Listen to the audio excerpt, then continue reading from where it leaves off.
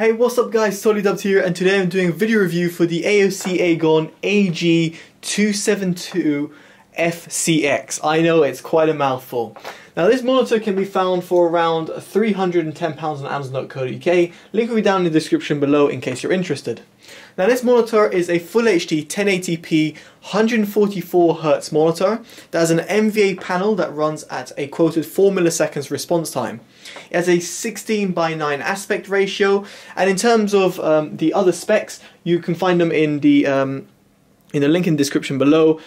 In there you'll find that it's got 3 3-watt speakers, which are decent enough for music, as the basic music listening.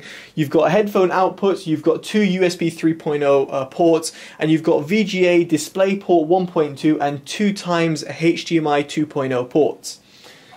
Everything else, as I said, will be in the description below in case you're wondering about its product dimensions and whatnot. Now, in terms of its competitor, it's got quite a few. I've got the Asus ROG Strix XG27VQ. Now it's a Full HD curved 144Hz monitor as well. There's the MSI Optics, which I've heard a lot about, but I've not tried myself. And then there's the slightly more expensive Samsung FG73. That is a curved 144Hz monitor, 1080p. It also has 1 millisecond response time, as it has a inbuilt Samsung technology in order to boost down the response time. Now, in terms of competitors, it's got a lot, so in this video I'm going to talk about its competitors and how it compares to it. Now, in terms of the build quality of the monitor, it's fantastic. The monitor can go up and down, and it's got tilt functionalities as well. Given the fact it's a curved monitor, it doesn't rotate. There's a slight curvature as well, which adds to a little bit of immersion. There's no certain problems when you're looking at the monitor from the left or the right, so you have got no sort of tail off on either side of the monitor, which is a common occurrence on cheaper curved monitors.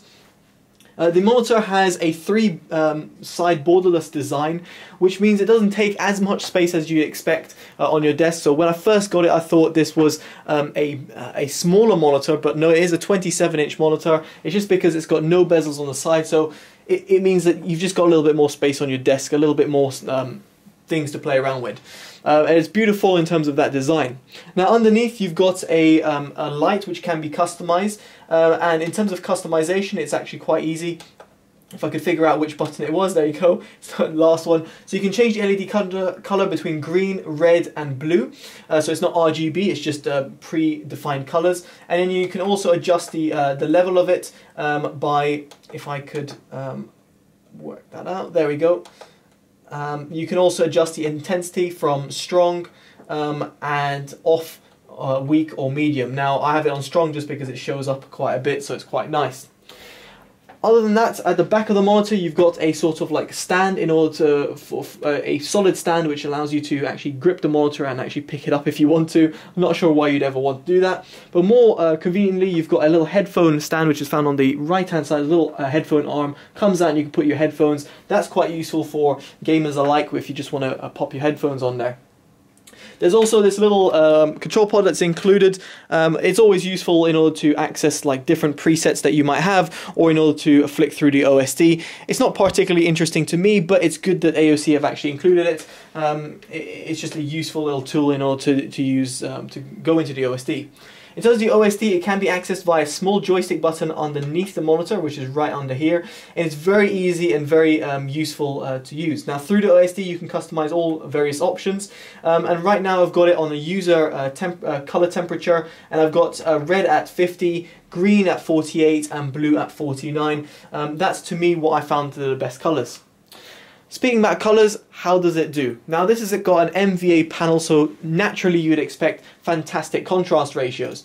And very much so, I got an incredible 3,398:1 contrast ratio through my colour calibrator, which is absolutely insane. Now in terms of its brightness, it's one thing I actually did notice, and funny enough even my mother noticed when she first saw the monitor. She was like, it looks a bit dull. And it is, because even at a maximum, well not maximum, but 90%, because that's a sRGB profile calibration, about 90% you get around 220 CDM2.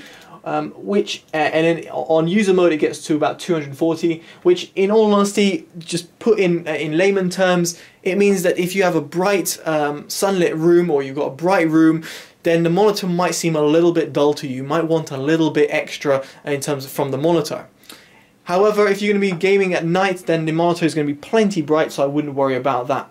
I just personally would have liked it to be a little bit brighter, because it just the colours feels a little bit subdued and a little bit dull due to its overall brightness.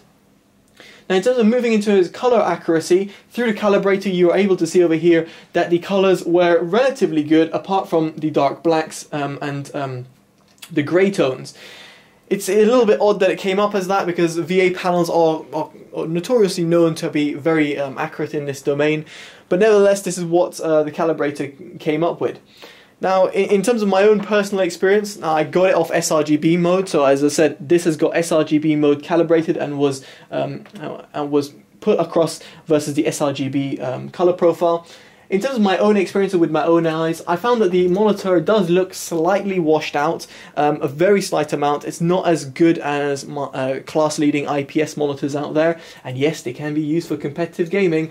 And in this monitor, I felt that it's just a little bit washed out, not just as vibrant as I would have liked it to be. Nevertheless, the colours looked good.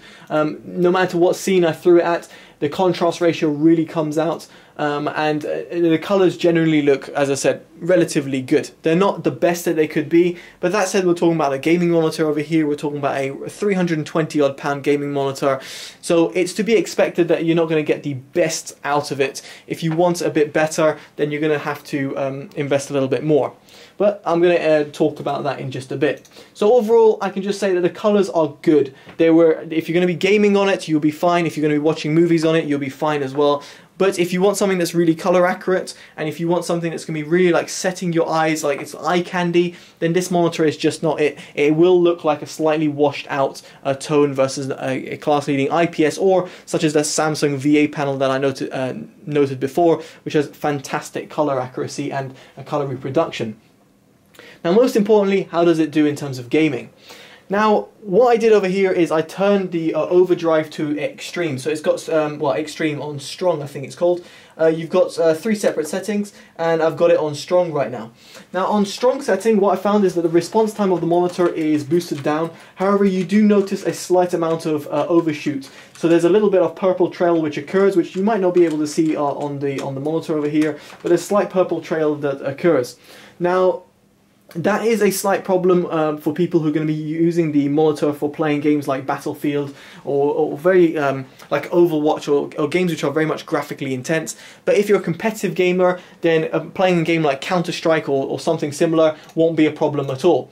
So in all honesty, when I talk about this response time, yes, it's got very good response time. Could I use it for competitive gaming? Funnily enough, I have already used it for competitive gaming, and it's absolutely fine. Enemies appear as they do, and the monitor's response time is perfect.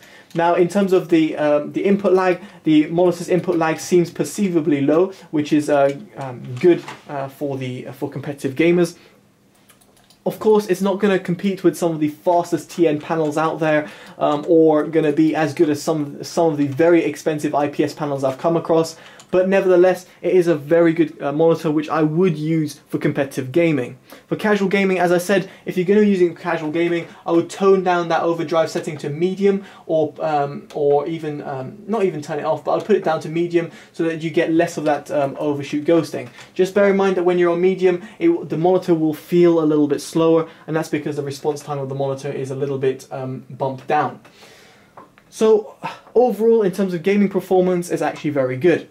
As I talked about color accuracy as well, all of that combines into my conclusion. Now, this monitor is good. It does everything it says on the tin. It is only a full HD monitor, and for £320 you'd maybe expect a little bit more. Now, the problem is when you've got curvature, you add a little bit of extra price on that. You've got AMD FreeSync, which is also built in. It doesn't add extra price to it, but it's a little feature that you might like.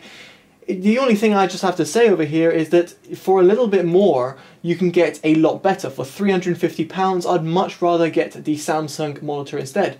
I know that's £40 more, but in the grand scheme of things, £40 is less than 10% of the overall price of the monitor, even less than 10% because my maths is absolutely terrible.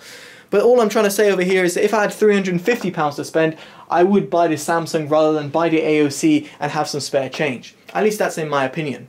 Nothing wrong with the AOC monitor. It does exactly what it says on the tin. It's a great monitor in terms of its resolution, its refresh rate, response time, input lag, build quality and design and everything. But just if you had the money, I would say invest a little bit more and get that Samsung. I can't really comment on the MSI alternative because I haven't tried it, so I don't want to recommend a monitor I haven't tried. So there we go guys, hopefully you enjoyed this review. Make sure you give it a like, comment, subscribe. Let me know in the comments below what you think of the review. Take care guys, totally dubbed out. Bye bye.